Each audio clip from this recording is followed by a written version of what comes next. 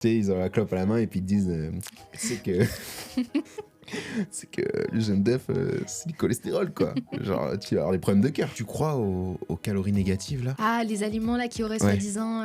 non. C'est quoi ce délire? T'as cette activité de doctorante, 8 années d'études, en 3e année de thèse, et t'arrives à faire ta pratique de muscu, plus à te former et former les autres. On en est là quand même. Les amis, bonjour, bienvenue dans cette nouvelle vidéo. Pour ceux qui me connaissent pas, moi c'est Doka, je suis interne en médecine, je suis coach sportif et aussi athlète en bodybuilding. Et je suis accompagné, je la présente plus mais on va la présenter quand même, de Sarah. Et, salut tout le monde. Donc tu auras l'occasion de te représenter et de refaire le point un petit peu sur ton parcours, très intéressant. Et aujourd'hui j'ai envie qu'on discute de la santé des gym girls à la salle, peut-être qu'on ira un petit peu plus loin que le spectre de la salle aussi, pourquoi pas. Mais vraiment, voilà, de se focus sur la santé des gym girls, sur les performances des gym girls, sur ce qu'elles recherchent, etc. J'entends par gym girl des pratiquantes en musculation. Voilà, de manière générale, pour que tout le monde puisse s'identifier. Ça peut être du débutant, du confirmé, de l'athlète de haut niveau, enfin bref, voilà. Et l'idée, c'est vraiment qu'on puisse discuter de ça. En tout cas, moi, en tant qu'athlète masculin ou pratiquant masculin, mais aussi professionnel de santé, je trouve que c'est quand même un aspect qui concerne une bonne partie des pratiquants et pratiquantes et qui est, je trouve, très peu mis en avant, tu vois. Et vous avez des modes de fonctionnement qui vous sont propres et je trouve que c'est pas assez discuté, tu vois. Alors pourtant, en médecine, c'est littéralement 50% de la population qu'on prend en charge, donc on est obligé de le savoir. Clairement. Donc c'est vrai que pour moi, ça paraît évident, mais en fait, pour la population générale et même pour des femmes, j'ai l'impression que c'est pas si évident que ça, tu vois. C'est vrai, on peut faire le parallèle entre les femmes, les hommes, la façon dont elles s'entraînent, la façon dont elles gèrent le sommeil, l'entraînement, la nutrition, etc. Mais jusqu'à un certain point. Donc il y a toujours un moment où il y a des particularités, il y a des spécificités. On est et d'accord, oui, ouais. il faut les prendre en compte. Ouais, donc ça va être un peu le jet de cette vidéo. Ça va être aussi l'occasion de vous présenter un petit peu ce qu'on propose aussi pour la santé, les performances, le côté sportif, nutrition, cycle menstruel, Doka Cycle. On aura l'occasion d'en reparler. Et sur comment en fait on accompagne des femmes, comment on s'est construit, comment on continue à évoluer. D'ailleurs, j'ai des petites anecdotes que, à mon avis, tu n'es pas au courant de Sarah, mais qui vont peut-être avoir lieu. C'est un pourparler, mais c'est des petits projets.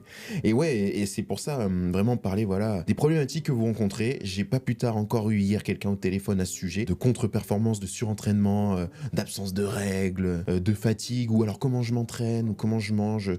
Pour moi, ça marche pas, mais pour les autres, oui. On va voir ça. Asseyez-vous. Je pense que même pour les hommes, ça sera intéressant. Peut-être pour les professionnels de santé, coachs et professionnels du milieu sportif, ça pourra probablement vous être utile. Donc, installez-vous. Prenez Ok. des pop-corn. Prenez des petits pop-corn et on va se mettre bien. Je pense que ça serait bien aussi qu'on se présente un peu, parce que comment on se connaît, Sarah, en fait? Comment on se connaît? T'es qui déjà? Toi. T'es qui? Alors, donc, bon, il faut savoir que Maëlle et moi, on a été camarades de promo du CQP, donc notre formation diplômante de coach sportif. C'est ça. Donc, il y a 2-3 ans, là, ça fait quoi, 2 ans? Ça fait 2 ans, 2 je ans, pense. ouais, Oh, ça passe vite. Waouh, ça nous rajeunit pas. Ouais, donc il y a 2 ans, on a fait la formation ensemble, on s'est connus à ce moment-là, on a obtenu le diplôme tous les deux en même temps. Donc on a commencé à coacher plus ou moins dans la même période. Oui. Donc voilà, depuis la formation, on se connaît. Donc évidemment, on s'entend bien, on est devenus amis, donc on est Oui. collègues. Enfin, bon, t'es sympa, mais voilà, ça va. Ouais. Voilà. Petit à petit, on s'est dit pourquoi pas, vu qu'on se connaît bien et on a des profils qui sont finalement assez ressemblants sur certains points. Vous allez comprendre pourquoi. Exactement. Si vous nous connaissez, vous savez, mais vous allez voir pourquoi. On s'est dit pourquoi pas finalement travailler ensemble, mettre nos forces ensemble pour proposer une offre de coaching que vous allez découvrir. Ok. Et je peux de toute façon que confirmer ce que tu viens de dire, mais c'est vrai qu'on s'est rencontrés sur le CQP. Ça, pour ceux qui ne savent pas, le CQP, c'est un diplôme en fait, un diplôme d'État qui donne du coup la certif d'éducateur physique. Et donc on est reconnu par le ministère des Sports comme étant éducateur dans un certain spectre. On ne peut pas tout faire. Donc en gros, un week-end sur 2, on se captait pour faire des cours. Voilà. C'était assez marrant. C'était un arc très très marrant. C'était sympa, ouais. C'était sympa. Et puis il y avait plein d'autres camarades et tout, donc c'était cool. On s'est fait. Franchement, moi je suis encore pote avec des gens et tout de bien sûr, la moi formation. aussi. c'est trop On bien. n'était Ouais. pas tant que ça, donc on a gardé des bons contacts, des Ouais. bons liens. On était un chouette groupe. Ouais. Franchement, que des bons souvenirs. Ouais, vraiment. Puis il y en a un que vous avez peut-être déjà vu, c'est Marvin. Il avait été présent dans une. On lui passe la bise d'ailleurs. Gros bisous, Marvin. Gros bisous, Marvin. Bravo pour ton marathon. Ah oui, c'est vrai, mais Il c'est a un fait le coureur marathon. maintenant. Oui, Mais c'est un coureur. dingue. Et Lorena aussi. Ils ont fait la même course, non? Oui, je crois, oui. Ouais, j'ai vu. Vous êtes trop forts, les gars. Incroyable, incroyable. Du coup, ouais, c'est comme ça qu'on s'est connus. Et la petite particularité que du coup on a, mais qui fait qu'on est finalement rapprochés dans cette façon de faire, c'est que en plus de notre diplôme de coach, on est aussi respectivement d'ailleurs doctorant dans chacun à sa thèse, quoi. Voilà, c'est ça. Donc on a tous les deux cet aspect de double vie Ouais. où on fait deux choses pas qui ont rien à voir avec le coaching, mais bon, toi ça a plus à voir déjà. Bah moi je suis doctorante en droit, donc pas du tout médecine, pas du tout autre chose, science ni rien, droit. J'ai donc un bac plus 8, maintenant ça va être bac plus 9 bientôt en droit, donc je suis en 3e année de doctorat, donc je prépare une thèse, voilà, droit international et européen pour ceux qui savent. C'est dingue en vrai. C'est vrai que dit comme ça, c'est fou, mais je les ai sentis passer les années. Donc, ouais, tu vois. mais en vrai, tu sais que même moi, tu me le dis, alors que je suis aussi en 8e année, et je me dis, ouais, attends, mais c'est une dinguerie. Oui. Et genre, t'es coach sportif à côté, tu vas à la muscu et tout, et tu fais ça. Oui, non, Ouais, ouais. attends, c'est ouf. Et, mais en plus, tu fais autre chose là en ce moment. Oui, je suis en train de me former pour obtenir la qualification de diététicienne nutritionniste, donc en parallèle de ça, pour accompagner mes coachings aussi. Donc vraiment, essayer d'avoir une formation la plus globale et complète possible. Comme si c'était pas assez, j'ai envie de te dire. Écoute, on aime les études ici. Ouais, non mais grave. Toi aussi, tu comprends. Donc, Bah oui, bien sûr. Donc ouais, et niveau sport Niveau aussi. sport, bah C'est oui, vrai. niveau sport, oui, je pratique la musculation, le fitness depuis aussi un nombre incalculable d'années, 10 ans, Ça fait 10 ans je pense 10-12 ans, si on prend vraiment la globalité. Dingue. Et aussi, c'est plus trop un secret, mais j'aimerais bien préparer une compétition de bodybuilding, suivre les pas de Doc ici présent l'année prochaine, sans C'est doute. top, c'est incroyable. Donc t'es en prépa, t'es préparé. Petit à petit, petit à l'année petit. prochaine sans doute. Je dis pas trop parce que je suis en train de voir Ouais. comment ça va se passer, D'accord. mais c'est vraiment un projet que Ouais. j'aimerais mener à bout. C'est quelque chose que t'aimerais accomplir. Ok, Ouais. franchement. Mais non, c'est top en vrai. C'est intéressant. Donc, et là où je voulais rebondir tout à l'heure, c'est que certes, peut-être que doctorat de droit à proprement parler n'a pas de lien, on va dire, direct avec le coaching ou même la physiologie, la santé, etc. Mais moi, je te l'ai déjà dit, mais là où je trouve que c'est génial, c'est que en fait, la majorité des gens ont des activités qui ne sont pas en lien avec la santé, la physiologie, le corps humain de manière générale. Et c'est là où je trouve que c'est super pertinent, c'est que toi, tu as cette activité de doctorante, 8 années d'études, plus 3 années de thèse. Là, c'est ma 3e année. Ouais. Voilà, et t'es en 3e année de thèse et t'arrives à faire ta pratique de muscu, plus à te former et former les autres. Effectivement. Voilà. Toi aussi. Mais Moi aussi, mais oui, c'est vrai, mais quand même. Il faut pas minimiser ça, Sarah. Il faut pas. En tout cas, pour moi, je trouve qu'il faut pas. Vu qu'on est un peu dans le même truc, dans le même mood, etc. Je trouve qu'il faut pas minimiser parce que allons un peu plus loin encore. Moi, j'ai envie de te dire, il y a certains aspects du coaching qui ont été faciles pour moi, genre l'anatomie, la physio, si tu veux, parce que justement, j'ai fait médecine. Toi, t'es parti d'un domaine qui est complètement à part et t'as réussi à le maîtriser. C'est pour ça aussi. C'est pour ça, les gars, que j'insiste autant sur le truc. C'est que moi, j'ai eu un peu ce cheat code de. J'ai fait 3-4 ans de physiopathe, d'anatomie, de dystologie. Enfin voilà, je connais le milieu, les si tu veux. QCM d'Anat, pour toi, c'était facile Voilà, à l'époque. c'est ça, C'était pour 20 être tout à sur fait- 20 facile. Pour être tout à fait honnête, j'ai pas beaucoup révisé. J'ai révisé un peu, mais j'ai pas énormément révisé parce que c'était déjà acquis, quoi. Normal. Mais oui, après, normal, c'est... Enfin, je dis pas que je suis le meilleur des coachs du monde, mais ce que je veux dire, c'est que forcément, à un moment donné, avec 4, 5, 6 années de médecine dans les pattes, on commence à avoir un petit bagage. Donc Bien forcément. sûr. Mais non, donc c'est d'autant plus, je trouve, admirable, si tu veux, du fait de se dire qu'avec des métiers qui sont pas du tout dans ce milieu-là, t'as quand même réussi à composer avec, et aujourd'hui, t'es en capacité même d'apprendre aux autres à faire pareil. 95% des gens ne sont pas concernés par des jobs de sport et de santé, en vérité, tu vois. Effectivement. Et que nous, on prend en charge dans Docasic, tu vois, par exemple. Docasic, on en reparlera, mais c'est notre méthode de suivi qui permet de suivre des femmes au quotidien, sport, nutrition et cycle menstruel. Mais en fait, oui, tu as cette capacité de pouvoir te mettre à la place des gens et se dire, bah oui, tu vis pas la salle, oui, tu connais pas tout toutes les choses sur la santé et tout ça, et on va réussir à composer, tu vois. Absolument, mais je te rejoins totalement. Et ce qui est intéressant aussi, et ce que je remarque, c'est que dans les coachings, avoir cette sorte de double casquette et de bagage aussi, avoir fait des études exigeantes, etc., et d'être dans un domaine qui n'a rien à voir, justement, ça ouvre une façon de voir et d'envisager le coaching et de parler aux personnes et de savoir composer justement avec les problématiques de chacune, de chacun. Et ça, pour le coup, quelqu'un qui aurait fait que, par exemple, des études de coach une formation de coach ou qui n'aurait fait que du coaching, peut-être ne verrait pas les aspects que peut-être quelqu'un d'autre, justement, pourrait voir. Donc, ça peut toujours être intéressant d'avoir des parcours un peu autres comme ça, hybrides. Mais en tout cas, je te retourne aussi le compliment. C'est admirable ce que toi aussi tu fais, puisque n'oublions pas que quand même 8 ans de médecine, pareil, en train de préparer une thèse, du coup, tu as fait une compétition de bodybuilding, tu t'entraînes régulièrement aussi, tu coaches, tu construis le système Doka-Cycle sur lequel on travaille ensemble. N'oublions pas les réseaux sociaux aussi. On va pas oublier cet aspect-là. C'est vrai qu'on a oublié cet aspect-là. On a oublié les réseaux sociaux. C'est vrai que oui. Ça prend un peu de temps quand même. Oui, voilà, peut le dire. On peut le dire. Donc oui, tout aussi admirable. Donc voilà, c'est aussi pour ça qu'on s'est bien entendu aussi, parce qu'on se comprend. On se comprend en fait. Voilà. C'est exactement ça. On se comprend, que ce soit dans tout ce que tu as dit. Tu l'as tellement bien dit. Toutes les charges qu'on a entre la thèse, le coaching, la création de contenu, son propre entraînement aussi. Effectivement, ça se fait que, franchement, on est respectivement, en face, tu vois. C'est ça. Et c'est vrai que, du coup, avoir cette notion-là et se dire, on peut comprendre des personnes qu'on coach, tu vois. Et ça, tu l'as dit à un moment donné, c'est intéressant. C'est vrai que je ferai absolument pas l'affront de dire qu'on est les meilleurs ou que les coachs, parce qu'ils sont coachs et pas autre chose, ils pourraient pas être bons.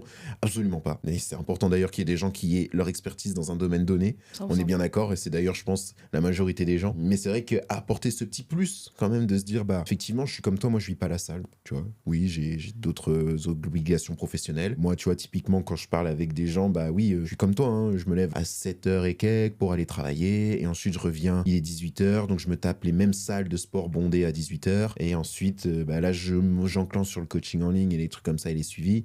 Donc le schéma type je l'ai aussi, tu vois, des personnes que je coach, tu vois, on est dans la même direction si tu veux. Exactement. Et donc je pense que c'était important aussi d'expliquer ça aux gens, parce que en vrai, mine de rien, on s'est jamais vraiment présenté, tu vois. C'est vrai genre aux gens en mode sur nos réseaux sociaux, je dirais peut-être respectifs, peut-être pour ceux qui nous connaissent vraiment, mais là c'est aussi, je pense, l'occasion de faire un petit point, parce qu'on nous voit souvent en vrai ensemble, sur des contenus et tout. Je suis même pas sûr que les gens aient vraiment capté pourquoi, tu vois. Oui, on l'a jamais vraiment dit. Ouais. On s'est présenté vite fait par des petits textes, mais c'est vrai que là, c'est vrai, par des petites stories. Donc il y a que ceux qui regardent les stories qui comprennent en fait l'idée. Mais du coup, je pense que ça va te permettre déjà d'introduire un peu le sujet. Mais en fait, les amis, aujourd'hui, on a créé une solution où l'idée c'est d'accompagner les femmes sur plusieurs aspects. Il y a l'aspect qu'on connaît tous, le sport, la diète, voilà, c'est vraiment les aspects classiques qu'on connaît tous, plus ou moins d'ailleurs adaptés au contexte. Ça, on pourra en reparler aussi, mais souvent ce qu'on oublie, c'est qu'il y a un contexte. Dans chaque personne qu'on suit, il y a un contexte, des craintes, il y a des obligations sociales, il y a des obligations familiales, il y a énormément de choses qui rentrent en ligne de compte. Donc rien que ça déjà, si on s'adapte qu'à ça, on a déjà beaucoup de boulot. En plus de ça, après, il y a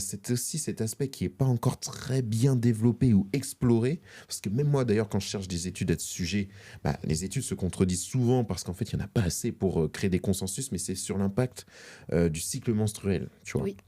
Sur les performances, sur la santé de la femme de manière générale. Donc on va en parler, ça va être très intéressant je pense. On pourra prendre le prisme un petit peu secteur par secteur et prendre aussi des problématiques et d'ailleurs des anecdotes aussi qu'on a à ce sujet, parce qu'on a commencé maintenant à suivre pas mal de femmes et donc il y a une petite expérience qui se crée et ça peut être intéressant justement de mettre cette expérience à profit pour aider potentiellement de nouvelles femmes. Puis j'en profite d'ailleurs pour dire que si c'est quelque chose qui vous intéresse, et on va en reparler plus en détail par la suite, mais Doka-Cycle, donc c'est cette fameuse solution, il y a des liens dans la description. Vous pouvez y aller, prendre un rendez-vous avec des membres de mon équipe et on sera un plaisir de discuter avec vous.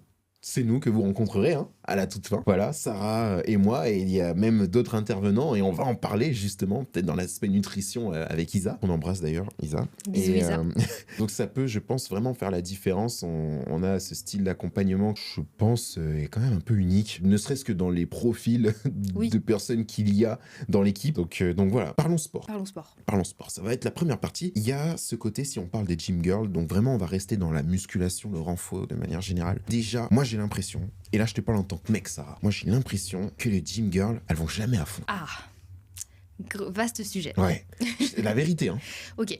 J'ai l'impression, alors à part les férus de muscu qui font 3-4 fois les jambes par semaine, tu vois, j'ai l'impression qu'en fait il y a ça, t'as les meufs qui se donnent à fond sur les jambes, Ouais. et t'as le reste, je peux pas expliquer, mais pour moi elles se donnent pas à fond. Alors ça, d'où ça vient? Je pense que c'est assez clairement identifié. Ça vient encore de cette idée générale, de cette sorte de mythe qui existe encore, qui est que les filles devraient s'entraîner différemment que les hommes, ou qu'il serait plus bénéfique pour eux de s'entraîner à moindre intensité, de mettre moins lourd, de faire moins de répétitions, d'aller moins à l'échec, de se donner moins à l'entraînement. Et ça existe encore. Et c'est encore des conseils que je vois certaines personnes donner à des filles. Et je trouve ça un peu dommage, puisque aujourd'hui on sait très bien que, en tout cas en termes d'entraînement, je pense que tu vas être d'accord, mettre de l'intensité dans ses entraînements et s'entraîner dur, lourd, aller à fond dans sa série, dans son exercice, etc. C'est ce qui va stimuler justement, par exemple, l'hypertrophie musculaire si on la recherche, l'adaptation, selon les objectifs qu'on a, hein, la force, l'hypertrophie, que sais-je. Mais il n'y a pas de raison de s'entraîner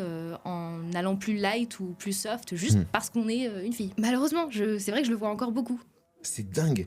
Mais dites-moi en commentaire d'ailleurs si vous êtes d'accord avec ça, fille ou homme, hein, je veux dire voilà. Le but voilà, c'est pas de critiquer, hein, mais c'est juste de mettre en exergue des problématiques ou des impressions. Bien et sûr. justement le fait que tu vois, on a des sexes qui sont différents, et donc forcément il y a peut-être des objectifs esthétiques qui sont différents, mais Oui. ça c'est propre à chacun. Je suis même pas sûr que ça soit finalement une question que de sexe, tu vois. Pourquoi je dis ça? Parce que typiquement, il y a un truc qui va être les femmes qui font le haut, ça fait homme. Encore une fois, voilà. Tu vois oui. Bah, ça, c'est toujours présent et Oui. Alors qu'en soi, faire le haut, ça ne tient qu'à la personne concernée de choisir si elle veut se développer le haut ou non. Bien sûr. Femme ou homme, peu importe en fait. Oui. Le haut, ça appartient pas qu'aux hommes. Comme d'ailleurs, être musculeux ou musculaire, ça n'appartient pas qu'aux hommes non plus, quoi. Enfin, ça serait bien d'arrêter de coller des étiquettes à des personnes qui font une certaine chose. Enfin, travailler le haut, travailler sa masse musculaire, ça a tellement d'avantages autres qu'esthétiques. On va en reparler de ça, déjà, bien sûr.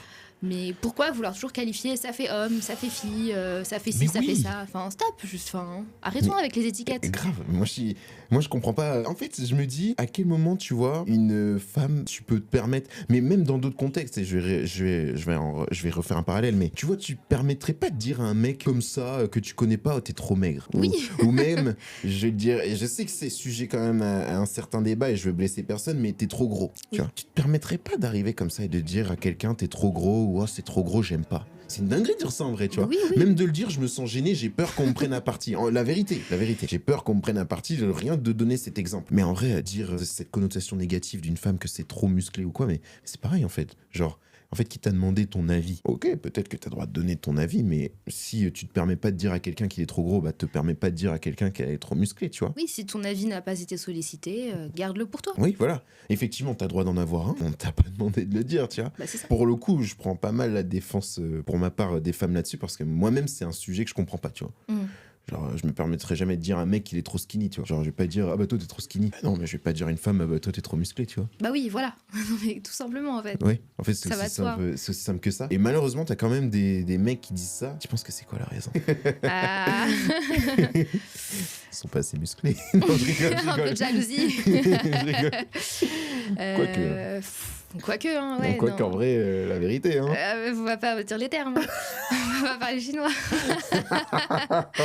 Non, mais écoute, je sais pas, de vouloir contrôler d'une certaine manière, de vouloir imposer d'une certaine manière ses standards à lui, de voilà, les femmes devraient ressembler à ça et c'est comme ça. Mais non, enfin, faut arrêter. Je pense que ça viendra plus tard, mais ça sera un débat stérile plus tard. Ouais. Quand on voit là, aujourd'hui, les avancées, avant, il n'y avait pas tant de femmes que ça à la salle. Oui, et franchement, ça c'est un truc, je peux le dire, mais je vois de plus en plus de femmes à la salle. Mais pas plus tard que, je crois, avant-hier, je sais pas quelle heure il était, mais c'était une heure creuse. Je rentre à la salle dans les vestiaires des femmes, une foule. Ah, J'ai jamais vu autant de femmes dans les vestiaires femmes. Oui. Avant, alors pour toi, je pense que c'était totalement différent. Les vestiaires des hommes, ils doivent être assez, voilà, il y a du monde, il y a de l'activité, il y a du mouvement. Les vestiaires femmes, en général, alors je te raconte mon expérience, c'est marrant, toujours ça. calme.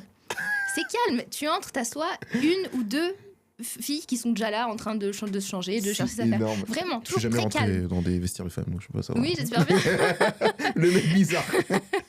Mais du coup, toujours très calme. Et là, depuis quelques temps, et là, je m'en suis rendu compte vraiment, mais avant-hier, je rentre et là, mais une foule. Mais on se croirait, tu sais, à l'école, dans les vestiaires, quand on allait au sport ou je sais pas, vraiment, plein de filles partout. C'est Je me génial. suis dit, Ouais. mais waouh, Mais vraiment, ça, c'est trop bien. C'est génial, C'est ouais. trop bien. Ça, c'est une tendance qui est en train de s'accentuer. Je crois qu'il y avait une stat, je crois un truc genre comme 38% ou 40% des adhérents sont des femmes. Oui. Donc, et je pense qu'à l'époque, c'était moins. Oui. Je suis persuadé que de toute façon, avec le temps, ça va forcément s'équilibrer. On va arriver, je pense, à un 50-50 ou aller à un 45-65. Enfin bref, Ouais. t'as capté l'idée, Oui, quoi. oui, il y a moyen. Et Donc, franchement, c'est très bien. Ouais. Non, c'est top. Et tu vois, toujours sur le versant sportif, moi, ouais, j'ai vraiment, au-delà de l'aspect esthétique, c'est vrai que même d'un point de vue santé, c'est trop important, en fait. Bien sûr. Trop important. Là, c'est le médecin qui parle. Dites-vous bien que... Elle ou la blouse, Doc? Putain, j'ai pas pris ma blouse. Je suis resté Comment en on va te civil. croire maintenant? On peut pas me croire. J'ai pas de preuves. Preuve à l'appui que je suis médecin. Stéto, blouse.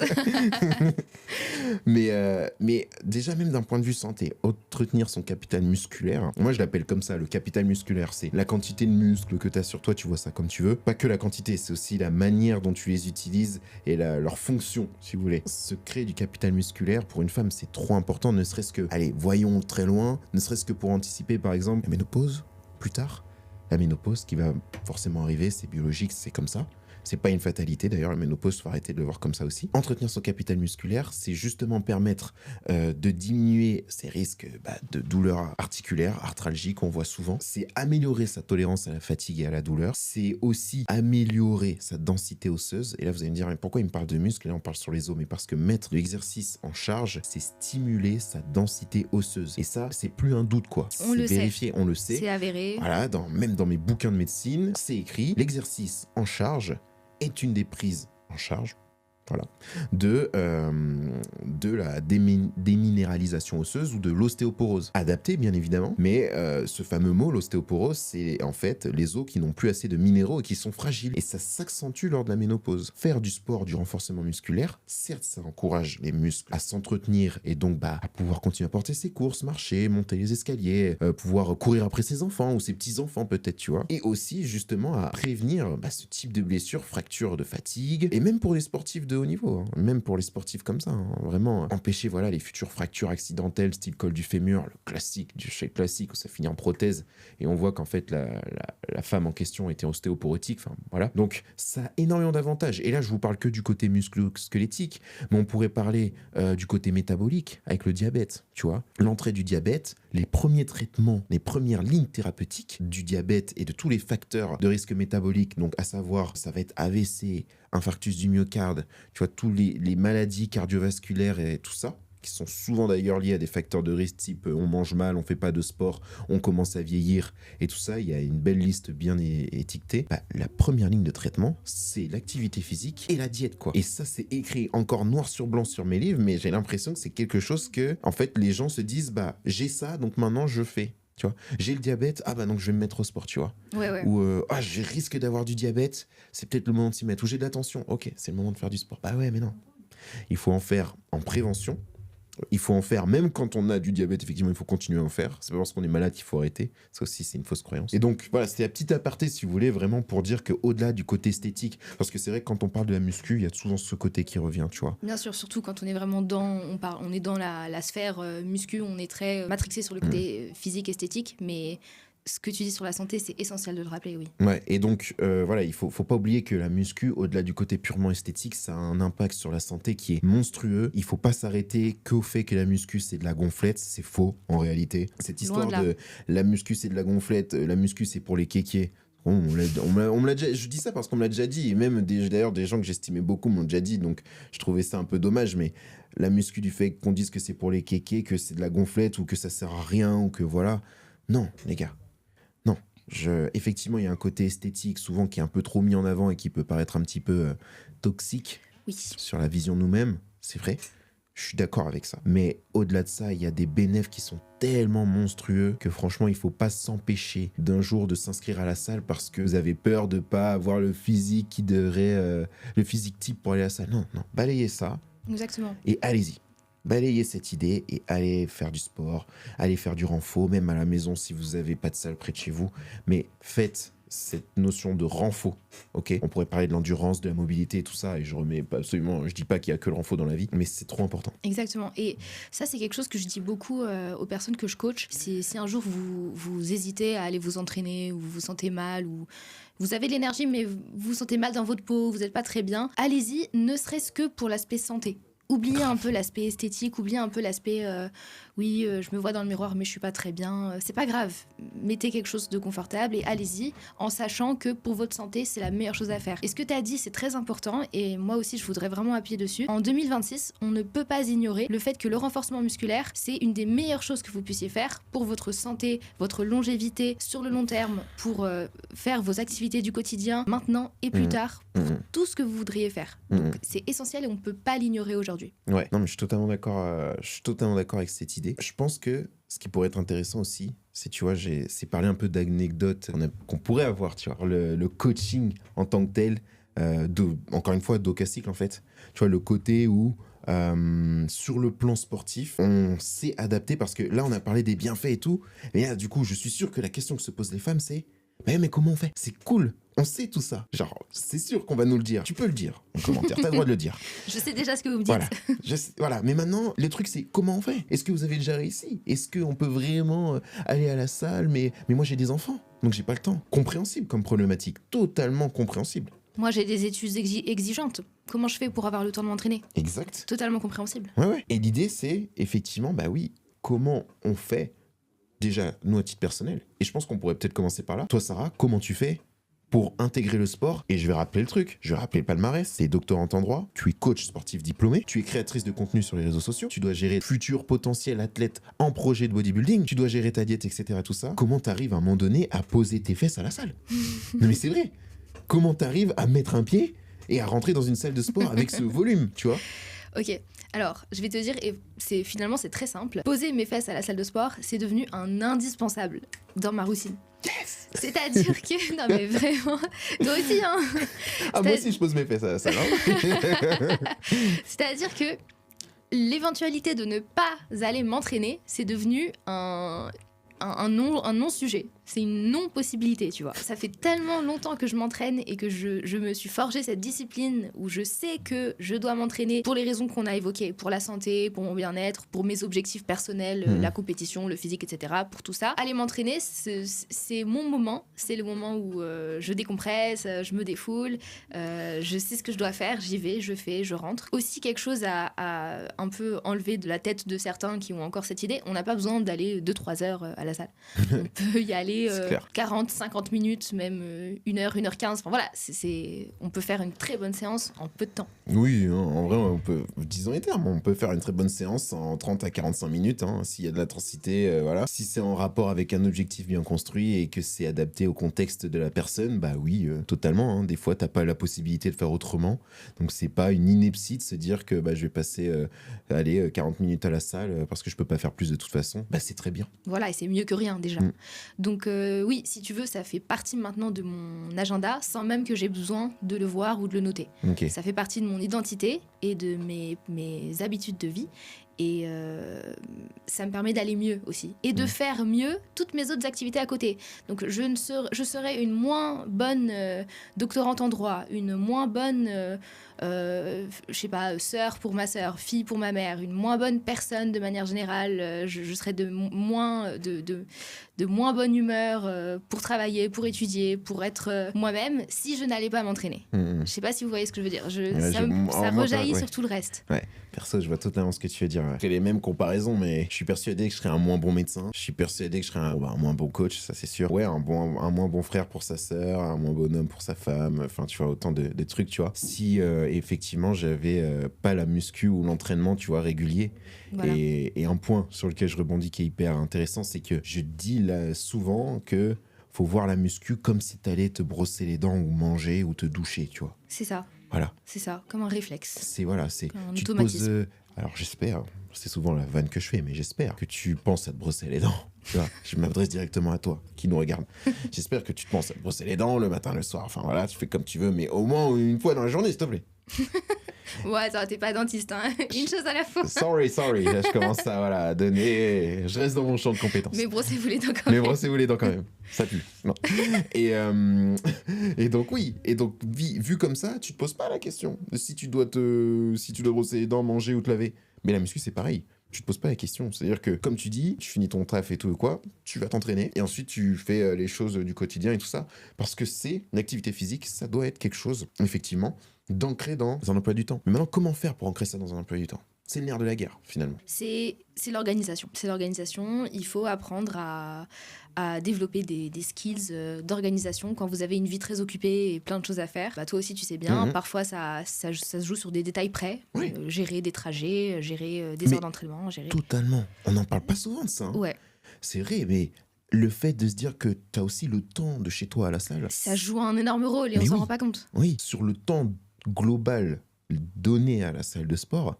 On parlait des 40 minutes ou 30 minutes qui vont paraître vachement courts pour certains. Mais quand après tu mets en ligne de compte que tu as peut-être 15 ou 20 minutes de trajet aller et retour, donc 30 minutes de plus à ajouter au temps donné à la salle, qu'il faut que tu te douches probablement direct après, voilà, parce que t'as un peu transpiré tout ça. Mais en vrai, ouais, c'est un sacré volume, tu vois. C'est ça. C'est un sacré volume. Donc il faut apprendre à faire rentrer ça dans son planning d'une façon ou d'une autre, mais voilà. Et puis après il y a toujours des possibilités, donc s'entraîner à la maison. Donc nous on a des filles sur Docacycle qui s'entraînent pas mal chez elles, et qui ont quelques équipements et qui même aiment bien continuer à s'équiper, donc des petits élastiques, des haltères. On peut faire des super séances à la maison, mais vraiment voilà, on ne doit pas être victime de nos circonstances en fait. Je pense qu'il faut toujours apprendre à s'adapter aussi, et on peut toujours chercher à intégrer un peu de mouvement dans nos vies. Oh oui, Enfin voilà, il faut juste avoir cette mentalité de se dire ok, je vais l'intégrer dans mon planning au risque de diminuer ça, mais je vais le faire. Même si c'est peu, c'est mieux que rien. Oui, c'est ça aussi. L'idée, c'est de se dire que peut-être un frein aussi qui fait que les gens commencent pas, c'est qu'ils se disent qu'ils pourront pas faire 1 heure de séance 3 fois par semaine, tu vois. Et j'ai envie de te dire... normal. T'as pas encore commencé, t'es pas encore à leur niveau, donc t'as pas encore à la fois cette flexibilité organisationnelle et aussi des capacités qui font que tu vas jouir à 100% de 1 heure d'entraînement 3 à 4 fois par semaine. T'es débutant, t'es débutante. Commence par 20 minutes à la maison. C'est ça. Tranquillement. C'est ça, progressivement. Ouais. Et c'est pas délirant de faire ça. Tu commences, moi le premier, hein. Moi, j'ai commencé à la maison. J'avais pas de salle près de chez moi. J'ai pris des poignées, là, Décathlon, les poignées, là, qu'on prend. Je remplissais des sacs à dos de pack d'eau. Ça fait un peu artisanal, tu vois. Bah, Covid, mais... oui, voilà, on Covid, faisait tout par ça, exemple. même. Voilà. Covid, prenons le Covid. Bah, y a ceux qui ont continué à faire de l'activité physique, il y a ceux qui se sont arrêtés. Mais en vérité, on a tous l'occasion de bouger, tu vois. Oui. C'est ça. Il faut juste trouver comment. Et comme tu dis, c'est des choses avec les femmes qu'on suit au quotidien. Et oui, ça fait la diff, tu vois. J'ai une petite anecdote là-dessus. J'avais une femme, Ludivine, elle s'appelle. J'avais coaché longtemps. Hein. On avait commencé par 3 mois. On avait fait perdre 10 kilos. D'ailleurs, c'est une vidéo que vous pouvez retrouver sur YouTube. C'est une anecdote, elle est vérifiable. C'est dans les vidéos, vous checkez. On pourra la mettre en petit i là. Marrant ça. On va faire ça. Petit i là, il est en haut. Et donc oui, effectivement, c'était une mère de famille, donc un enfant, arrêt de travail, blessé au cou, d'arthrolyse, etc. Enfin bref, je la fais pas en détail, tout est dans la vidéo. On a bossé à la maison, elle a perdu du poids, jusqu'à 10 kilos en 3-4 mois. Et ensuite, elle a pris l'initiative d'elle-même de me dire, bon c'est bon Maëlle, maintenant je vais à la salle. Mais c'est parfait. C'est parfait. Alors que je savais justement, elle était pas à l'aise à la salle, elle voulait pas y aller et tout, parce qu'elle disait qu'elle avait pas le temps, parce qu'effectivement, elle avait un enfant à charge, elle était toute seule, elle était en arrêt de travail, c'était un peu compliqué et tout. Et en fait, elle a pris l'initiative d'elle-même d'aller à la salle. Donc c'est pour vous dire en vrai que même dans des contextes où on a l'impression que c'est désespéré ou impossible, en fait, quand tu veux, tu peux, quoi. Je lui mettais pas la pression sur ce côté-là. Je lui disais pas, faut absolument que tu ailles à la salle, faut absolument que tu ailles à la salle. J'essaie en permanence de réadapter ses entraînements à la maison et tout ça. Et elle a fini par y aller d'elle-même. Quand il y a cette flexibilité qui commence à naître, mais c'est bon, en fait. Totalement. Mais c'est beau de voir que l'initiative est venue d'elle-même, parce qu'elle a senti qu'elle était passée à un stade supérieur et elle s'est dit c'est bon, il est temps de passer à autre chose et d'aller à la salle. Et en fait, de se dire consciemment, elle s'est dit dans mon emploi du temps, je vais tout faire, je vais caser mes séances à la salle, malgré le fait que j'ai tellement de choses à gérer à côté. Quand on veut, on peut. Quand on veut, voilà, c'est ça. Des fois, on est d'accord, il y a des fois des contextes où c'est compliqué. J'en dirais un, par exemple, pour les étudiants et les étudiantes qui nous écoutent, mais quand tu arrives à l'approche d'un examen, que c'est un peu ta vie qui joue sur cet examen et tout, oui, effectivement, ne pas aller à la salle pendant 1, 2, 3 semaines parce que tu es à l'approche d'un examen qui est important pour toi, oui, c'est ok. Quoi qu'encore, tu peux t'organiser, mais c'est totalement compréhensible. On n'est pas en train de dire qu'il faut absolument s'acharner à... Voilà. Encore une fois, c'est une question d'adaptabilité et de flexibilité. Moi, ça m'est déjà arrivé de pas faire de séance, quoique. Bon, en vrai, je faisais des séances quand même à la maison, quand même. En vrai, je suis un menteur. Je faisais quand même au moins 10-15 minutes où je bougeais. Parce que je pense que c'était trop important pour moi de bouger. Ouais. Mais effectivement, par contre, oui, j'ai déjà passé une semaine pré-examen à pas du tout aller à la salle et à faire que des exercices à la maison. Oui, bien sûr, ça arrive. Mais on a des filles aussi sur Docastic qui sont passées par ça, qui ont dû passer des concours ou qui ont eu des semaines d'examen ou de choses comme ça et qui n'ont pas pu s'entraîner pendant à ces moments-là. Mais ce qu'elles faisaient à côté, c'est qu'elles marchaient un peu. Elles géraient leur nutrition du mieux possible. Elles géraient leur hydratation, leur sommeil. Elles géraient tout ce qu'il fallait gérer à côté. Et on se rendait compte au bout du compte qu'il n'y avait aucune perte de force, il n'y avait aucune perte de performance. Elles étaient en forme, elles rebondissaient toujours bien. Oui, il y a des circonstances, mais il faut juste savoir s'adapter et être flexible avec aussi son planning et ses objectifs. Et puis tu vois, cette flexibilité de planning, pour faire un peu la transition là-dessus, mais elle se fait aussi, elle se fait aussi dans l'assiette en fait. Tu vois, on parle beaucoup de sport et tout, mais je pense que c'est une des problématiques qui, je pense, est le plus rencontrée. C'est au niveau diète, quoi. C'est clair. Ça, t'avais eu des problématiques au niveau de la diète. Alors oui, et d'ailleurs une qui revenait beaucoup, c'était il y a eu pas mal de filles qui avaient beaucoup de mal à manger, du mal à manger. Ouais. Énorme. Du mal. Énorme. Alors par exemple, alors j'ai eu ça, c'est revenu 2-3 fois, mais des filles qui avaient du mal à manger beaucoup, par exemple le soir, qui me disaient le soir j'ai pas faim du tout, j'ai du mal à manger, même si je leur donne un plan, elles me disaient mais ça c'est trop pour moi le soir, comment je fais pour rééquilibrer, comment je fais pour avoir tous mes apports, oui. puisque on sait combien c'est important d'apporter à son corps tous les nutriments nécessaires et en termes de protéines, ne serait-ce que ça, quand on a des objectifs à côté, voilà, ça peut faire la différence quand même, ça peut te coûter des mois de progrès si tu manges pas correctement. On sait bien. Toi, par exemple, qu'est-ce que tu conseillerais à ces filles-là qui sont dans ces situations-là? Est-ce que c'est grave, par exemple, de devoir rééquilibrer sur le reste de la journée? Comment on fait quand on a du mal à manger Mais en fait, bon, si moi je m'adresse à une fille qui a des objectifs, de probablement prendre du muscle, etc. à la salle, vu que c'est ce dont on parle, moi je dirais, si t'as vraiment du mal à manger le soir, que c'est impossible pour toi de manger le soir, il faut être intelligent. On fragmente, on fragmente les repas, c'est-à-dire qu'au lieu de mettre beaucoup de quantité le soir parce que c'est compliqué, déjà tu répartis sur la journée, tu vois. Tu peux créer des collations, t'en as le matin, t'en as le midi, t'en as l'après-midi, tu peux même en faire 2 dans l'après-midi. Mais des petits trucs, tu vois, pas obligé de s'envoyer des trucs de fou, mais des petites collations. L'idéal, c'est d'avoir toujours respecter un petit peu ce pattern, genre fibres, lipides, glucides, protéines. Bon, après, c'est pas toujours le cas, mais grosso modo, c'est bien de faire comme ça. Et oui, et cette idée fragmentée, d'avoir des petites portions dans la journée, ça te permet d'avoir beaucoup moins cette impression de gavage sur un repas parce que t'as une petite faim et t'es pas un profil de femme qui mange beaucoup à un instant donné. Je pense qu'il faut savoir s'adapter et après il y a plein d'autres techniques, mais si vraiment tu vois par exemple, imaginons la fragmentation de repas ça fonctionne mais on n'est pas encore arrivé au plein potentiel, je pense que la complémentation c'est pas mal aussi, tu vois. Bien sûr. Tu vois, tu prends... C'est pas genre... Parce que moi, il y a un truc, je te dirai juste après, mais pour finir la réponse, oui, tu peux prendre par exemple un petit shaker, des trucs comme ça. Ça t'augmente les calories et ça fait le taf, tu vois. Et c'est pratique. Voilà. Et c'est pratique. C'est-à-dire que t'as pas envie de manger, t'as pas faim. Je comprends. Mais un shaker, ça se boit super rapidement, tu vois. Tu prends un goût pas trop exotique et voilà, l'affaire est réglée. Franchement, tu vois. Et genre, rien que ça couvre énormément de problématiques, tu vois, du fait de oui, mais moi, j'arrive pas à manger beaucoup le soir ou même le matin, tu vois. Souvent, oui, le matin aussi, ça revient beaucoup d'ailleurs. Ouais. Le matin, tu vois, j'arrive pas à manger le matin. Coupe en 2 et mange en fin de matinée. Parce qu'en plus, je sais qu'à la fin de la matinée, t'auras la dalle. Oui, voilà. Généralement, c'est toujours le cas. Voilà, c'est ça. Donc, coupe, mange un peu le matin et après, finis sur la fin de matinée. Et comme ça, t'as mangé ton repas du matin sur la matinée.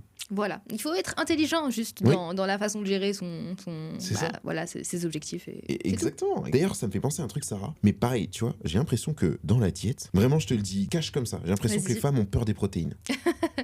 Oui. On est d'accord, hein? Oui. Et pas plus tard que vraiment, mais je sais pas, la semaine dernière, j'ai une de mes copines qui m'a dit, est-ce que tu crois vraiment que je devrais manger plus de 100 grammes de protéines par jour? J'ai trop peur de devenir énorme, mais je ne sais quoi. Encore une fois, les mythes qui ont la vie dure.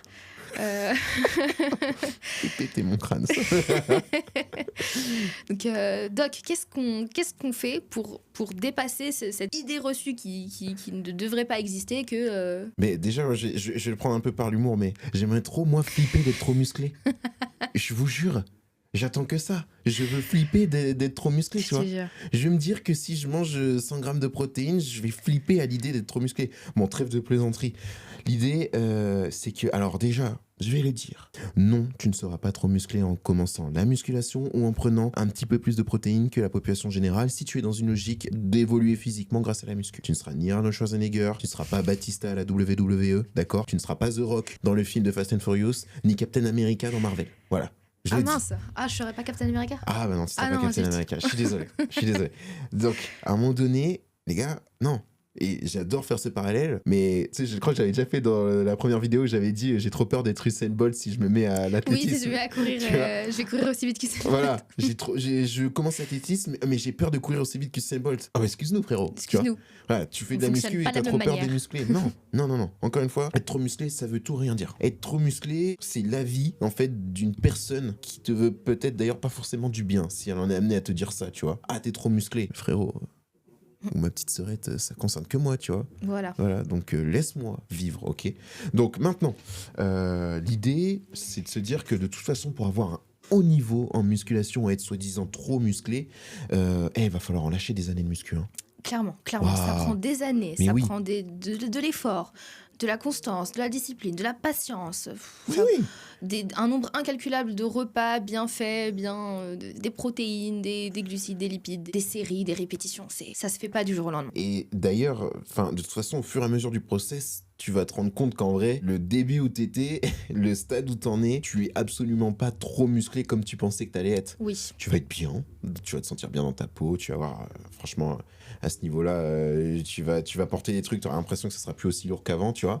Donc oui. Mais par contre, je mettrais en parallèle le fait, souvent, je trouve que des fois, tu sais, t'as des femmes, à l'inverse, en mode, ouais, je vais être musclé en 3-4 mois, si tu veux. Au même titre qu'on pourrait dire que les mecs veulent des gros pecs, par exemple, et les femmes pourraient se dire, bah moi, je veux développer mon fessier en 3-4 mois, quoi, et puis avoir le fessier de elle sur les réseaux. Mais c'est pas, avoir des muscles, c'est pas un service à la demande instantané, quoi. Clairement.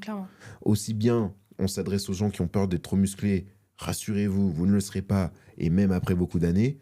Mais du coup, à l'inverse, les personnes qui veulent genre le physique de leur influenceuse préférée, et c'est pas mal de le vouloir, mais ça se fait pas en 3-4 mois, les amis, hein, en vérité. Hein. Construire du muscle, mais ça prend des mois, des années, en vérité. Et c'est sans parler du fait que probablement les influenceuses dont on parle, c'est leur mode de vie aussi, tu vois. Bien sûr. Donc d'où l'importance de ne pas se baser sur la comparaison. Donc oui, il n'y a pas de souci à être inspiré par le physique de quelqu'un ou se dire j'aimerais bien avoir le même physique qu'elle ou que lui, etc. Il y a tellement de facteurs qui font que vous ne serez jamais exactement comme votre influenceur préféré. Eux, c'est leur mode de vie. Eux, ils sont littéralement payés pour s'entraîner dur, pour poster des photos d'eux sous leur meilleur jour, leur meilleur angle. Voilà, n'oubliez pas ça, quoi. Ouais, n'oubliez pas ça. C'est clair. Et moi, ça me fait penser, pour rester dans le thème de la nutrition, que ça, c'est la porte d'entrée parfaite au TCA, tu vois. Oui. Typiquement, vraiment, enfin, je le dis parce que des fois même, j'ai l'impression que c'est le nerf de la guerre d'un coaching, c'est que on flirte. Je trouve qu'il y a quand même des profils de personnes qu'on retrouve, et c'est toute d'ailleurs la finesse des fois dans des suivis, c'est de ne pas faire rentrer la femme, parce que les femmes sont plus à risque de faire des TCA, anorexie. Il y a un rapport entre femmes et hommes qui est en faveur de la femme. Je crois 3 femmes pour un homme, un truc comme ça, je crois, pour l'anorexie par exemple. C'est le fait de flirter en fait entre le bon côté du coaching pour avoir un bonne perf et tout ça et être durable sur le long terme. C'est d'ailleurs ce qu'on fait dans Docastic. À l'inverse, le truc où on pense prisme ultra serré, performance, et bah alors là, c'est un tout droit. Ouais. C'est un tout droit dans les TCA et dans toutes les pathologies psy, la dysmorphophobie ou même de la bigorexie pour certaines, tu vois, jamais assez musclée, jamais assez volumineuse, tu vois. Malheureusement, oui. Et ça, je pense qu'il faut faire gaffe parce que la nutrition, vraiment, ça peut être le game changer comme le pire ennemi, tu vois. Exactement. Exactement, tout à fait. Ça peut aller dans les deux sens. C'est pour ça qu'il faut être assez pointilleux à ce sujet et s'entourer des bonnes personnes, consommer du bon contenu et essayer d'être en phase avec soi-même, ses objectifs et son mode de vie. Enfin, la nutrition, c'est assez personnel finalement. On peut pas se donner un plan à tout le monde. Ça marche pas comme ça. Il y a plein de choses qui rentrent en ligne de mire. Il faut faire attention à ça.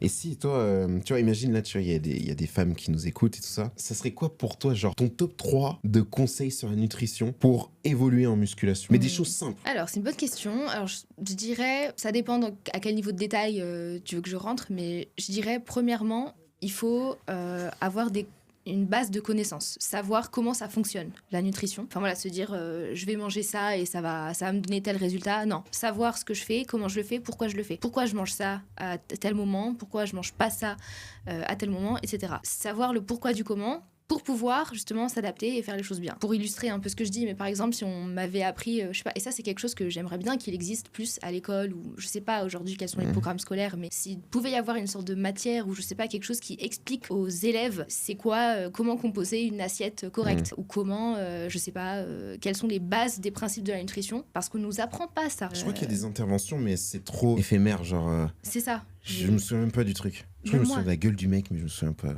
Si t'as eu ça, moi j'ai pas eu ça du tout dans mon école. Vraiment, tu sais, c'est une anecdote personnelle, mais la façon dont j'ai appris comment on compose une assiette, donc tu sais, une portion de protéines, une portion de glucides, une portion de lipides, etc. C'était à partir d'un schéma qu'une diététicienne avait fait à ma sœur, parce que ma sœur était allée consulter une diététicienne à un moment donné, mais j'étais petite et à l'école, j'avais même pas eu ce genre de choses et je savais pas comment on mangeait. Savoir comment on mange, je pense que c'est important. Et d'apprendre ça. Je sais pas ce que tu en penses, mais au lieu de le découvrir plus tard, et même encore aujourd'hui, je parlais à quelqu'un récemment et je lui disais, tu sais comment on compose une assiette équilibrée? Il me disait, non, je sais pas trop. Alors que c'était quelqu'un, tu vois, voilà, qui avait, je sais pas, la vingtaine. Enfin, je me dis, bon, il y a un effort d'éducation à faire à ce niveau-là. Deuxièmement, savoir adapter les bases à ses particularités. Donc, ce que je disais, la nutrition, c'est personnel. Il y a plein de choses à prendre en compte. Le mode de vie, la façon, enfin, tes horaires, ton emploi du temps. Ceux qui travaillent la nuit, par exemple, ils vont pas manger de la même manière que ceux qui travaillent pas la nuit, ou ceux qui ont un travail physique vont pas manger de la même manière que ceux qui ont un travail plus sédentaire dans un bureau. Voilà, il y a aussi des particularités culturelles, des particularités, je sais pas, vous venez d'un certain pays et il y a un plat culturel que vous aimez particulièrement, vous pouvez pas vous en passer, enfin on va pas vous l'enlever de votre diète parce que ça correspond pas à vos... Enfin voilà, il faut savoir s'adapter en fonction des bases de la nutrition. Donc adaptation, c'est la clé. Et en troisième, je dirais, de prendre en compte un peu cet aspect plaisir de la nutrition, du fait que oui, on mange, nous, tu sais, comme on est un peu dans ce milieu-là, le bodybuilding et tout, on mange pour la fonction, on mange pas trop pour le plaisir. Ouais, à un moment donné, oui. Voilà, mais pour des personnes qui ne sont pas là-dedans, qui n'ont pas des objectifs de compétition, voilà, n'oubliez pas que la nutrition aussi, c'est pas seulement apporter des nutriments à son corps et manger et voilà, fonctionner correctement, c'est aussi un plaisir, c'est aussi des moments de convivialité, des moments partagés. Et donc, il ne faut pas enlever ça de l'équation. Donc, essayer de trouver une façon de combiner ce qu'on aime, de trouver un équilibre. C'est toujours l'équilibre à la fin qui va fonctionner. Donc voilà, pour moi, c'est un cheminement un petit peu à partir de ces trois bases-là qui peut faire une alimentation saine et durable et équilibrée. C'est intéressant, ça. Mais je pense que là, c'est du beau caviar que tu viens de donner en conseil. Écoute, c'est vraiment ce que je pense. Ouais, en tout cas, c'est vrai que moi je te rejoins vraiment sur tous les points. En plus, la dernière notion de plaisir, hyper important, c'est ce qui rend une alimentation saine de base.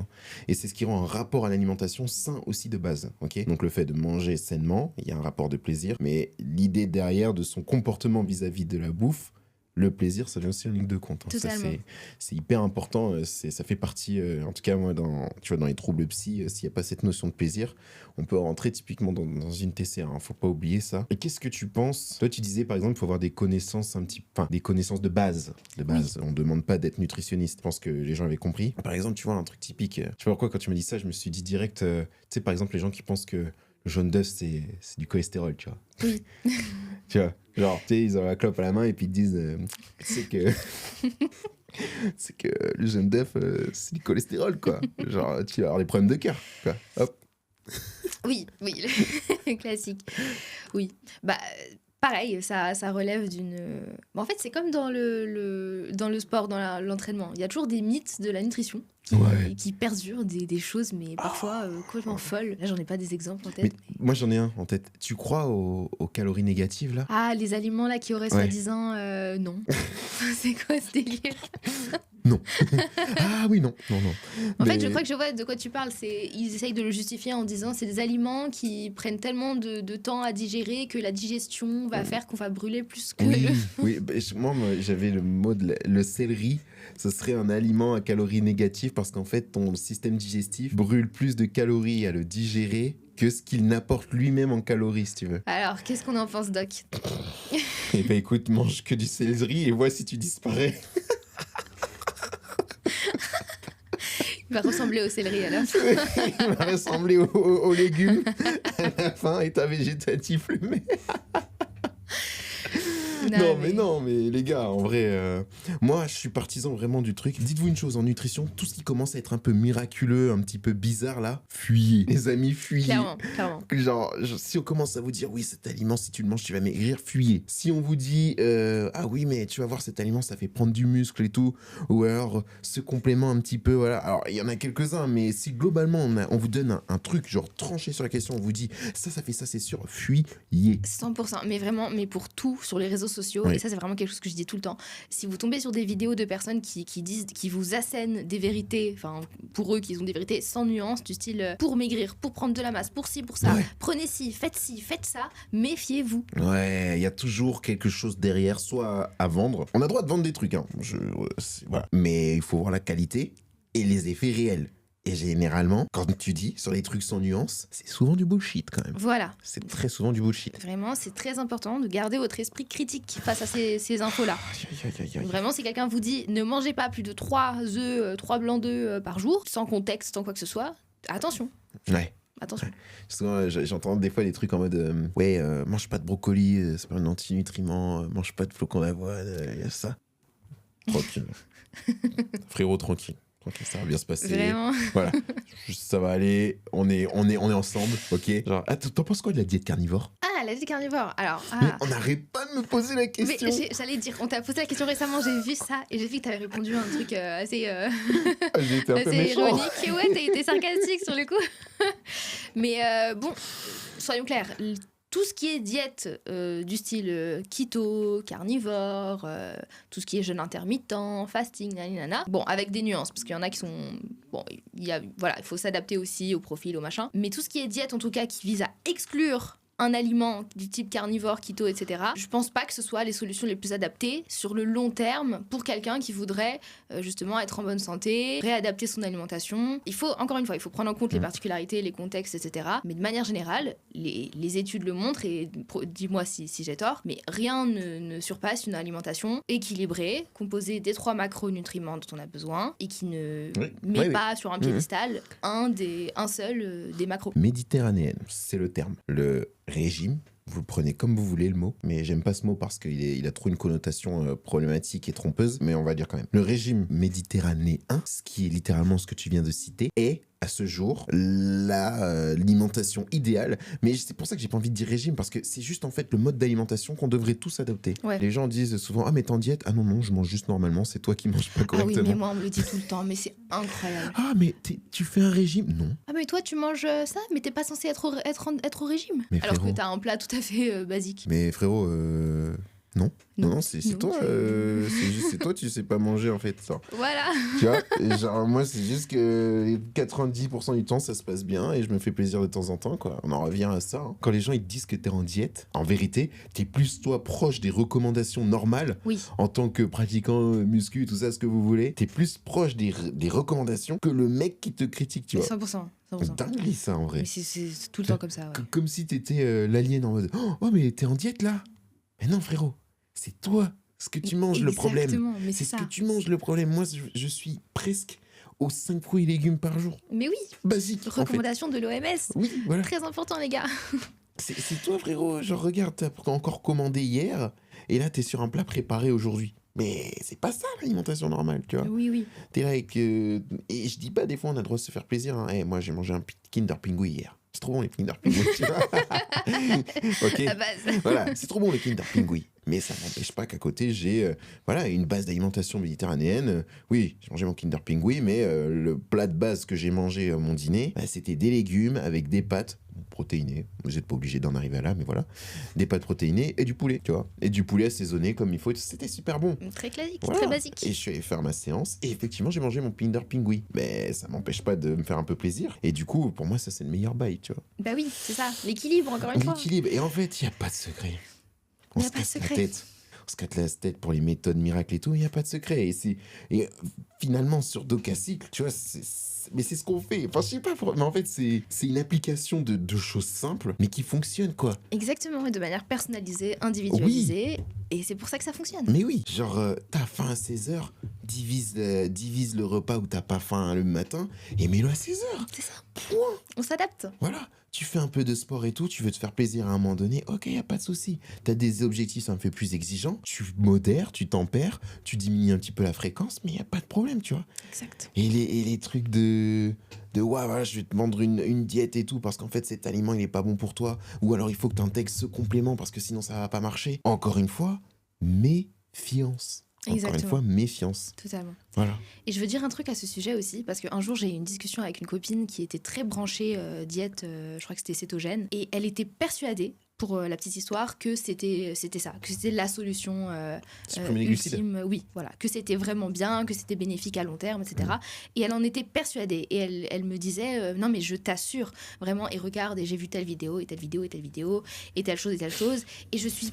Et sur moi, ça m'a donné ça m'a été bénéfique et j'ai senti que si et que ça et que ça. Attention, si vous êtes dans ce cas où peut-être vous êtes persuadé, ou vous êtes branché sur une certaine diète ou même une certaine façon de s'entraîner ou que sais-je, une façon de faire les choses et que vous êtes super branché là-dessus, vous êtes persuadé que c'est bon. Attention à ne pas tomber dans des biais cognitifs et parce que vous connaissez les algorithmes aujourd'hui, quand vous voyez quelque chose, ça va vous donner après quelque chose qui ressemble. Et ça va vous donner plein de contenus qui vont se répéter, qui vont répéter des choses que vous connaissez déjà et sur lesquelles vous êtes d'accord, vraisemblablement. Donc attention à ne pas tomber là-dessus dans un biais de confirmation où vous allez voir seulement des contenus, par exemple, diète carnivore, c'est génial, voilà pourquoi, c'est le meilleur plan pour la prise de muscle, que sais-je. Et vous n'allez voir que ça, et ça va renforcer votre perspective selon laquelle c'est ça qu'il me faut et c'est le meilleur plan, etc. Donc attention, donc d'où l'intérêt d'exercer son esprit critique et aller lire les études, aller voir ce que dit la science, aller voir les recommandations des instituts, des organisations internationales, les médecins, les nutritionnistes, les coachs,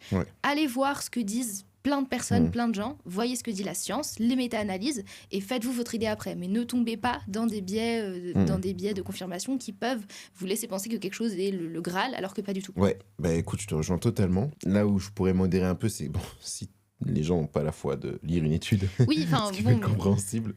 Après, bah, vous pouvez vous référer à des gens aussi qui ont des sources qui sont assez fiables. Voilà. Moi, ça me faisait penser à une personne qui d'ailleurs travaille avec nous, c'est Isa. Voilà, encore une fois, Isa, on te fait le coucou. Mais elle, hyper compétente, donc Isa, qui est ingénieur en nutrition, qui a un master, tout ça, incroyable. Allez d'ailleurs voir la vidéo, on a une vidéo YouTube sur la nutrition, micronutrition. Elle m'a appris un nombre de trucs, les gars.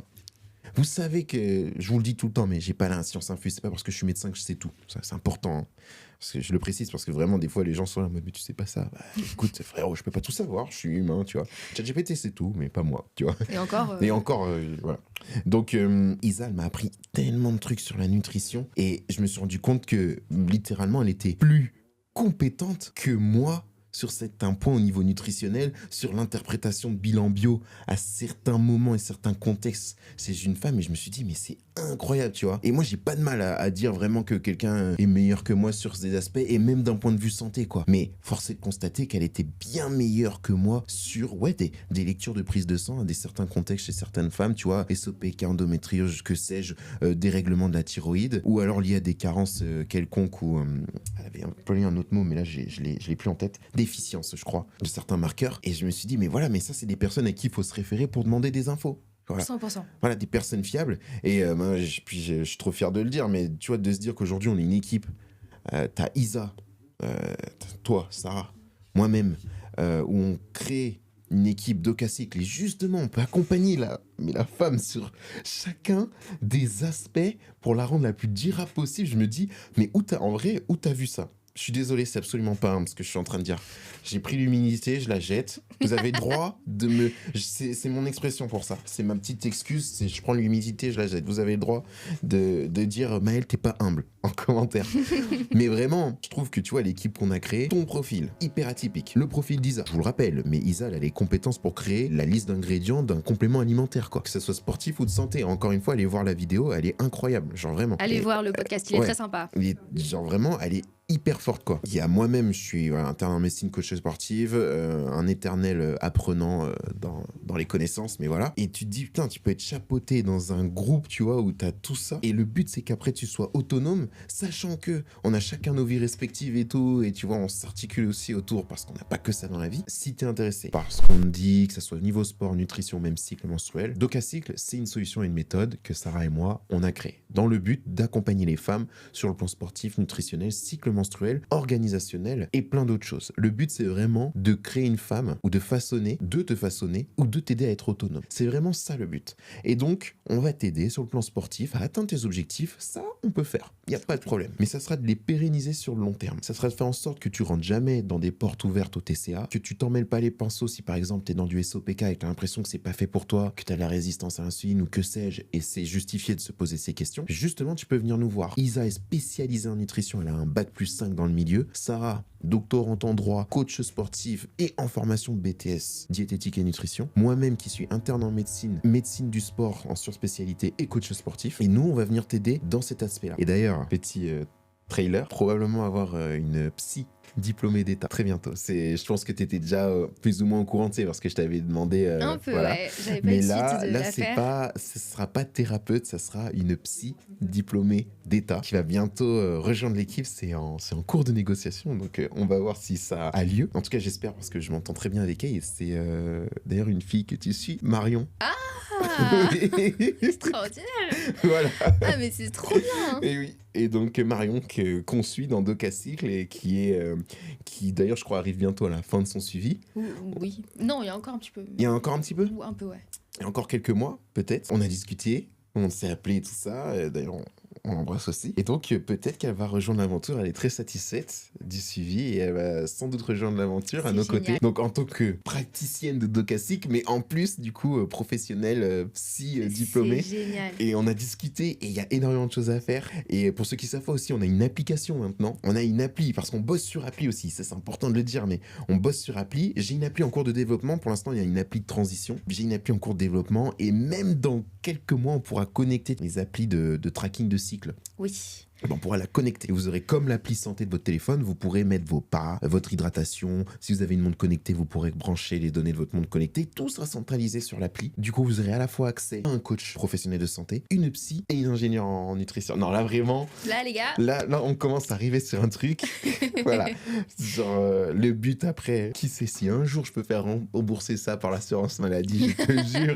Je te jure, si j'arrive à prouver par A plus B que ça a un intérêt dans la santé publique des gens, ça serait incroyable. Je pense que tout le monde en est convaincu à ce stade que ça a un intérêt dans la santé. Ah, bah écoute, j'espère. Après, voilà, moi, je réinvestis énormément là-dessus aussi et tout ça. Hein, c'est un peu le but, tu vois, d'améliorer. T'as été là au début. Avant, on fonctionnait sur des supports type tableur, e-book et tout ça. Bien sûr. Maintenant, on est en train de mettre une appli en place. On peut faire des podcasts régulièrement aussi. C'est trop bien. En fait, c'est trop bien. C'est trop bien. Et c'est aussi grâce à vous. Mais oui. Merci à vous. Tu as totalement raison. Merci aussi à toutes les femmes qui nous ont fait confiance pour... Et qui nous font confiance. Voilà.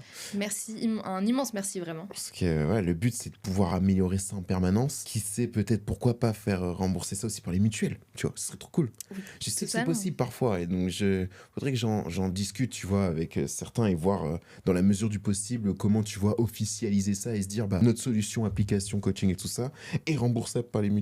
Totalement.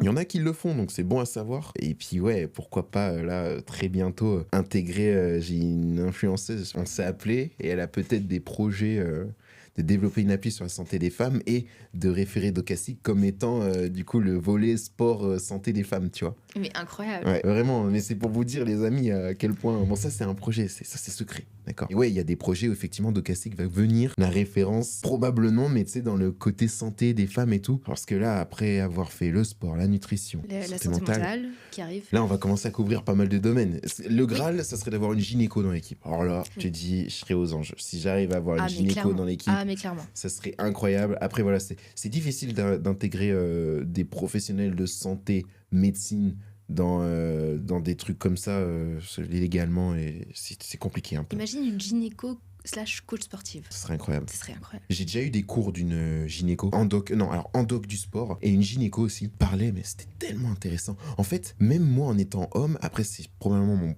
profil de professionnel en santé aussi qui engraine davantage cette curiosité, mais l'adaptation de l'activité physique chez la femme, c'est tellement intéressant. Tu sais que vous fonctionnez sur des cycles de plus ou moins 28 jours, et ça c'est quand c'est régulier, c'est s'il n'y a pas de souci. Tu te dis qu'à chaque phase de cycle, t'as des hormones qui font littéralement comme ça, et genre tu te dis, tu peux tirer plein potentiel de pics hormonaux, puis essayer de rentrer en phase de récup dans des moments où t'as plus de carence ou plus de baisse, et genre en fait, c'est hyper intéressant, très peu recherché et mis en pratique. Du coup, ce qui fait qu'en vrai, les études qu'on a se contredisent ou sont un peu floues parce qu'il n'y a pas encore vraiment d'étiquetage à ce sujet. Il y a des trucs où on sait que oui, effectivement, à l'approche de l'ovulation, il y a de la laxité ligamentaire, tu as plus de chances de faire une rupture des croisés, par exemple. Ça, c'est des trucs dont on est sûr. Mais ça manque encore de pertinence sur, par exemple, imagine une sportive, elle arrive à contrôler son cycle de telle sorte à arriver le jour de la compète en phase ovulatoire, qui pourrait potentiellement être une phase où elle explose ses perfs, tu vois. Ouais. Ça serait incroyable, tu vois. Oui, c'est incroyable. Ça serait incroyable. Enfin, moi, si j'étais une femme, mais je me lancerais là-dedans, tu vois. Si j'étais une femme, tu vois, médecin, coach sportif et tout. Mais du coup, je le fais un peu à mon humble échelle de mec. Hein. Oui. Je vais pas m'approprier aussi ce qui ne me concerne pas directement, mais je trouverais ça génial. Non, je sais qu'il y en a qui le font. Il y a des athlètes de haut niveau qui gèrent un petit peu leur contraception pour arriver, si jamais la compète arrive le jour des règles, elles se suppriment les règles, tu vois, elles enchaînent des plaquettes et tout, 100 jours de placebo, des trucs comme ça. Je crois que tu as même directement des pilules progestatives ou ostro-progestatives, je crois progestatives, macro, micro, je sais plus, qui suppriment en fait les règles pour pas en avoir le jour de compète. Est-ce que ça n'a pas des impacts après? Si, ouais. Si. C'est pas... Il y en a une, notamment, tu t'enchaînes pas ça plus de 2 ou 3 fois. Hein. Ouais. Donc oui, bien sûr, c'est un impact. De toute façon, modifier son cycle de base, c'est un impact. Alors, ça pourrait, je pense, faire l'objet d'une vidéo, hein, la contraception. Hein. Oui. D'ailleurs, pour rassurer toutes les femmes, mais la meilleure contraception, c'est celle que la femme choisit. Voilà. Soyez rassurés. Bravo, Doc. Soyez rassurés à ce niveau-là. Et je le dis pas juste pour faire du zèle, hein. C'est la vérité, tu vois. Oui. Genre, et sportive comprise, hein. C'est-à-dire que la meilleure contraception, c'est elle qui est choisie. Oui, j'ai conscience qu'effectivement, c'est pas chercher, c'est les hommes parce qu'il n'y a pas d'effort à ce sujet. Oui. Voilà, faut dire les termes aussi. Hein. Mais effectivement, ouais, ça peut avoir un impact. Dans Docastic, on a eu des femmes impactées par ça. Totalement. On a eu d'ailleurs des profils très divers et variés à ce sujet-là. Hein. Bah, c'est sûr que je pense de par le fait, déjà qu'on en parle, t'as des femmes qui se disent « Oh, genre ça se discute dans un coaching, le SOPK ou l'endométriose ou des règles abondantes ou un SPM un petit peu trop touchy, tu vois, genre. » Oui, on en parle. On en parle et ça a un intérêt d'en parler, oui. Oui, totalement. Par exemple, j'aime bien prendre cet aspect-là, mais souvent, combien de femmes... j'ai suivi le truc classique. Ouais, souvent j'ai des fringales juste avant ou pendant mes règles, tu sais. Normal. C'est totalement normal, c'est explicable scientifiquement. Il y a des jeux qui se font entre la sérotonine, les chutes d'œstrogène, de progestérone, etc. En deuxième partie de phase du théâtre, je vais y arriver. Donc oui, ça s'explique. Et donc après, tu peux mettre des petites collations en place et puis un petit peu endiguer ces fringales au lieu de les subir et de te dire, non, tu perds du poids, donc c'est normal que t'aies faim. C'est ça. Et puis après, gérer derrière le fait de pas culpabiliser, parce que ça, c'est vraiment... Ouais. Dire, c'est ma faute si j'ai ces fringales, c'est ma faute. Alors, comme tu l'as dit, c'est normal. Oui, c'est normal. En fait, il faut bien comprendre que ce cycle-là, il fait partie du fonctionnement et c'est pas un désavantage. C'est pas un désavantage. Les gars, les femmes, comment on dit? Les filles. Les filles. C'est pas un désavantage. Et je sais que je vais peut-être me prendre la sauce de certaines personnes parce que je suis pas le principal concerné. Je le sais. Qui c'est ce gars qui donne des leçons aux femmes alors que c'est même pas une femme? Vous avez le droit. C'est le jeu. J'ai pas de mal. Je pense qu'il y a vraiment un coup à jouer. Enfin, moi, en fait, ça m'intéresse. D'un point de vue purement scientifique et d'intérêt personnel, voilà, je suis purement égoïste, ça m'intéresse. Tant mieux. Ça nous intéresse aussi. Voilà. Alors, moi, ça m'intéresse. Et je pense que ça vous intéresse aussi si vous êtes encore là. Donc, non, et puis... Honnêtement, c'est bien que t'en parles Toi, à titre personnel, parce que donc, t'es médecin, t'es coach, évidemment que t'as de l'intérêt à en parler et à vouloir en savoir plus et comprendre, etc. Mais les hommes, de manière générale, s'il y en a qui nous regardent ici, essayez aussi de vous informer, de savoir comment ça fonctionne. Voilà, on est quand même l'autre moitié de la population. Et voilà, c'est quand même important. Vous êtes sûrement entouré de femmes de part et d'autre. Voilà, vous avez peut-être une copine, une sœur, une cousine, que sais-je. C'est cool de savoir ces choses-là et ça peut aider. En vrai, oui. Pour rebondir sur ce que tu dis, le fait de savoir qu'effectivement, tu sais, à l'approche des règles, t'as cette période-là, la femme, elle est pas plus folle ou elle devient pas folle. Non, mais je dis ces termes volontairement parce qu'en fait, tu vois, déjà le mot hystérique, ça vient de là. Hein. C'est vrai, hystérique, ouais. Hystérique, ça vient, tu vois, de ce côté en mode, en fait, la femme est hystérique, tu vois. Par contre, c'est pas un adjectif que tu mets à un homme, tu vois. On dit pas un homme hystérique, tu vois. C'est vrai. Mais non, en fait, ça s'explique. Encore une fois, il y a des jeux d'hormones, il y a des jeux de métabolisme qui font que, effectivement, il y a plus d'irritabilité, il y a moins peut-être de patience, il y a plus de douleur aussi. Logique, quand il y a plus de douleur que la tolérance soit un petit peu plus basse que d'habitude, quoi. C'est normal, en fait. Il y a le ventre ballonné, il y a de la rétention d'eau, il peut y avoir des choses. Alors, pour certaines, c'est pas du tout. Pour d'autres, énormément. Et donc, le fait de le savoir, en tant qu'homme, en tout cas, moi, je trouve que ça fait... ne serait-ce la diff dans une relation, tu vois, de peut-être de couple, mais même dans votre famille de manière générale, vous verrez plus les choses pareilles. Et pour des professionnels du sport et de la santé, alors là, je pense que pour la santé en général ça va, mais du sport, le fait de se dire mais c'est normal que mon athlète elle soit un peu moins performante, on est à l'approche de ses règles, en plus je sais qu'elle a mal, qui plus est peut-être qu'elle a de l'endométriose, on n'oublie pas que c'est une personne sur 5, hein, quasiment. Donc faut pas oublier que ça a un impact qui est hyper important, pas oublier ça. Et donc, ouais, le fait de se renseigner même en tant qu'homme, c'est hyper important. Entièrement d'accord. Mais écoute, ouais, je pense qu'on a fait un tour assez holistique sur la question. Si le suivi d'Ocacycle est quelque chose qui vous intéresse, n'hésitez pas à suivre nos liens. Donc on a des liens un peu partout, vous verrez en dessous de la vidéo, ça va s'afficher. Donc n'hésitez pas si vous voulez être suivi par Maëlle, par moi, par Isa, par toute notre équipe. On sera aux petits soins pour vous. On fait le maximum pour vous guider au mieux et vous accompagner de la meilleure des manières. On a des comptes Instagram aussi dédiés à ça, à la discussion, hein, clairement. Hein. C'est bien aussi de parler avant de pouvoir s'engager sur quelque chose, parce que c'est aussi un investissement qu'on fait sur soi-même. Bien sûr. Donc c'est important. Mais en tout cas, ouais, n'hésitez pas. Nous, on est là pour ça. Ça fait plaisir de voir aussi qu'il y a des femmes qui veulent se prendre en main. Écoutez, si vous avez des questions, des choses comme ça, posez. N'hésitez pas à poser des questions. Débattez même. Oui, il faut. Et puis, envoyez-nous directement des messages sur Instagram ou quoi. On se reverra très probablement pour des prochains épisodes. Probablement, pourquoi pas des FAQ. Peut-être inviter des gens qui ont fait d'Ocacycle avec nous. Carrément. Inviter d'autres gens de l'équipe. Donc, Isa, peut-être d'autres gens qui intégreront l'équipe. Et puis ouais, n'hésitez pas. Hein. Donnez de la force à Sarah. Ces liens sont dans la description. On mettra ceux de Isa aussi qui fait partie de l'équipe. J'ai envie de vous dire, on se retrouve pour une prochaine. Portez-vous bien. Prenez soin de vous. Prenez soin de vous. Voilà. Donnez-nous de la force. Prenez soin de vos proches aussi. Exactement. Et voilà. Et on se dit à une prochaine. À la prochaine. Ciao, ciao.